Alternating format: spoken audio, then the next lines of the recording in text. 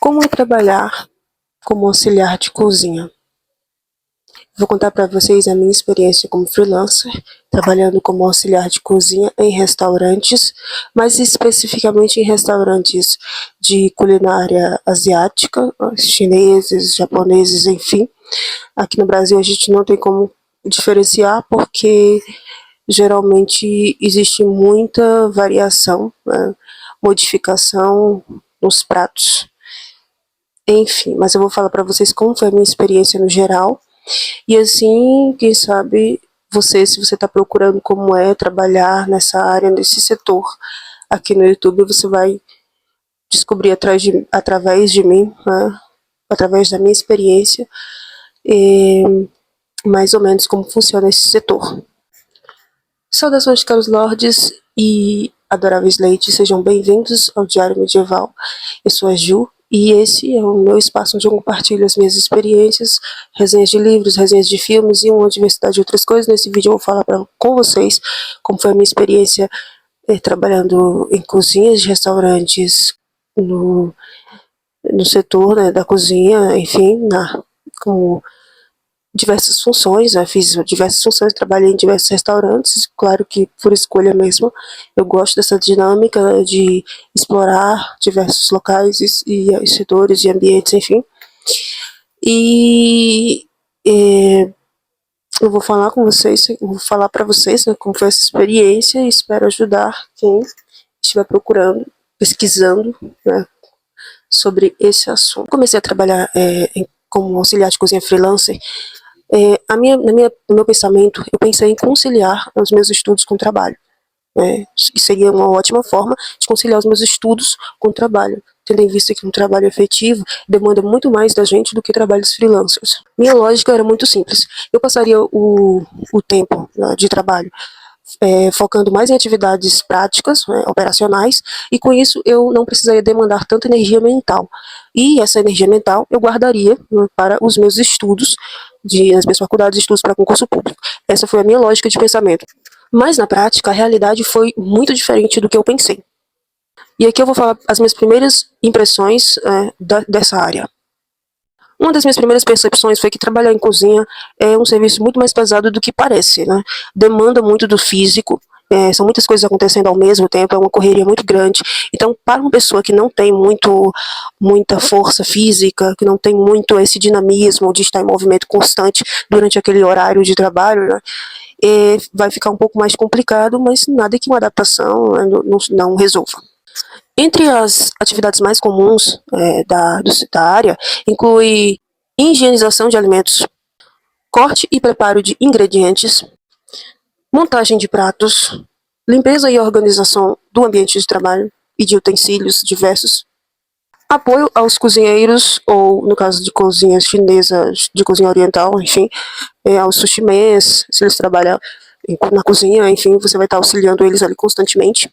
E no final do expediente tem a organização do local de trabalho, a limpeza, que é uma limpeza mais pesada, mais consistente, uma limpeza bem geral mesmo, assim. Então, resumindo, trabalhar em cozinha é manter tudo limpo, o seu serviço como auxiliar de cozinha vai ser manter tudo limpo e estar sempre prestando auxílio aos cozinheiros, os seus colegas ali na cozinha.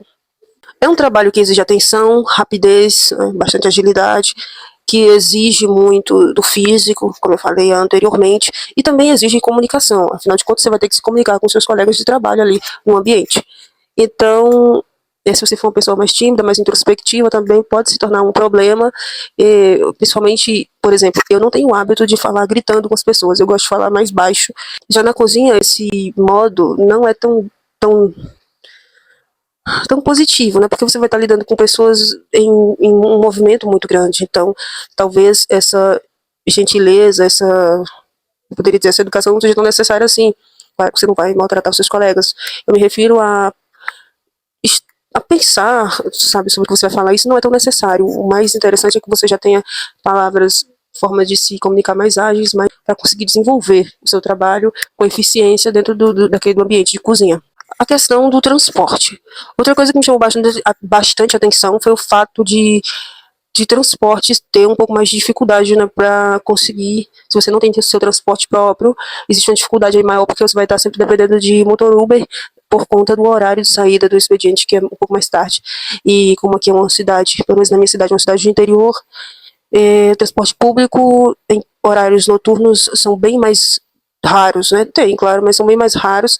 Inclusive, eu já passei por uma situação até perigosa, né, de trabalhar em um restaurante um tempo atrás e não ter como retornar para casa. Eu fiquei bastante assustada nessa noite, me deu até uma certa crise de pânico. Então, para quem trabalha à noite e tem seu transporte, é mais interessante. Para quem trabalha à noite e não tem transporte, vai depender sim de motor Uber, tá? Não tem para onde correr, essa é uma realidade. Outra coisa que eu percebi também foi porque em carros como auxiliar de cozinha existe uma rotatividade muito grande, mas não são todas as pessoas que se adaptam a essa função de auxiliar de cozinha, porque exige comunicação, exige do físico e exige uma agilidade, como eu falei. Tem a questão do transporte também, que algumas empresas fornecem o vale transporte e outras empresas não fornecem, então tem sim essa dificuldade. Então, como é uma área que tem bastante rotatividade, consequentemente existem muitas vagas nessa área. É um trabalho rápido, que é um trabalho freelancer, é uma área de restaurante, é uma área que sempre tem vagas, né? Se você é um bom profissional, sempre vai ter vagas nessa área para você.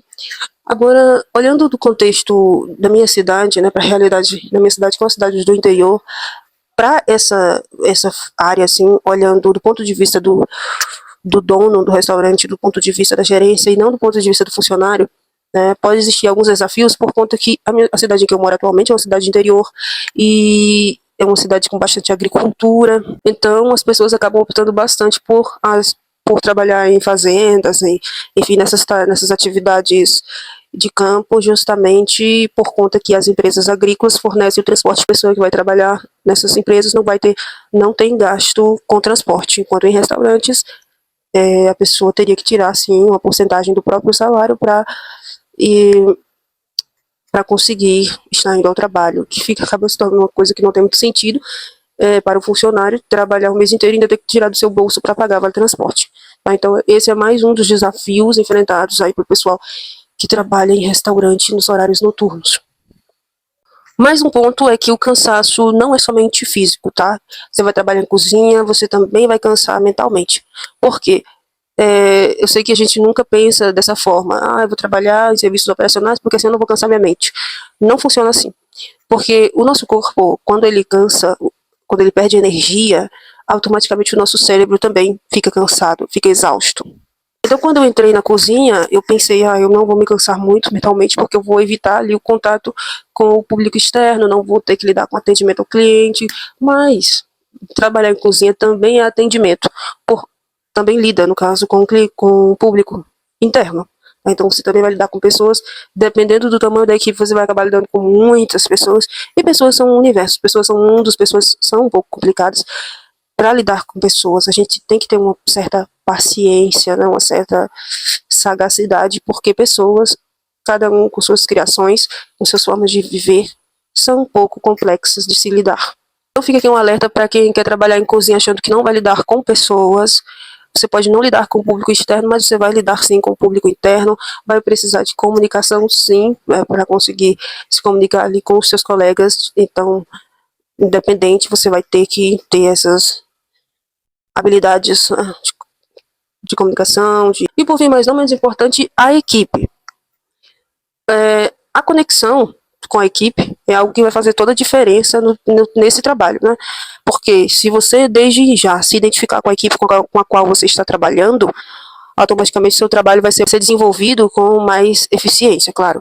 Porque quando você trabalha em equipe, vocês vão estar o tempo todo se ajudando, um contribuindo com o outro. Então, você vai ter que se dar bem com a sua equipe. Para trabalhar nesse setor, você tem que se dar bem com toda a equipe ou com 90% dela, porque se não houver essa conexão, infelizmente, o trabalho vai ser dificultado e, consequentemente, pode não dar certo. Então, vamos às experiências positivas. Apesar dos desafios da área, eu tive muitas experiências positivas, né? Eu conheci diversas pessoas, aprendi diversas formas de trabalhar, aprendi bastante com essas pessoas que conheci, pessoas que me trouxeram experiências positivas, pessoas que me trouxeram experiências negativas, mas tudo, de certa forma, é experiência, né? Então, é uma área muito dinâmica mesmo, é uma área muito interessante para se você quer ter essa experiência aí com o operacional e com essa movimentação toda, esse movimento todo que eu falei nesse vídeo. E só um adendo aqui, que o papel da liderança, né? Vou falar um pouco sobre o papel da liderança. Uma coisa que eu observei trabalhando nesses diversos restaurantes, né, como eu falei, por escolha própria, porque eu realmente queria viver essa dinâmica do estar aqui e ali, do conhecer os locais, de aprender com pessoas, enfim. Uma coisa que eu percebi foi que a liderança faz toda a diferença dentro desses ambientes, porque quando a liderança é realmente efetiva, é uma liderança participativa, uma liderança constante, que está ali constantemente observando, instruindo, analisando, os ambientes tornam a ser bem mais pacíficos, mais organizados, as equipes sabem o que cada um está ali para fazer, e fazem o seu papel com êxito, cumprem sua função, enfim, sem desavenças, sem dificuldades. E quando a liderança não é participativa, quando a liderança é mais apenas um nome, né, uma pessoa com um título ali dentro do ambiente, mas que não exerce de fato o seu papel, o trabalho em si acaba se tornando uma coisa muito complicada, até mesmo para os funcionários que estão chegando, né, para os colaboradores que estão iniciando, que estão chegando, que não têm o tão conhecido pelos recursos humanos on-board, né, aquela adaptação, aquela integração desse novo colaborador. Eu vou contar aqui algumas experiências, por exemplo, vou fazer uns freelancers em um Express, e eu tive de uma rede de restaurantes da minha cidade, e foi totalmente maravilhoso o trabalho, a experiência, né, o trabalho sempre é trabalho, não tenho o que falar.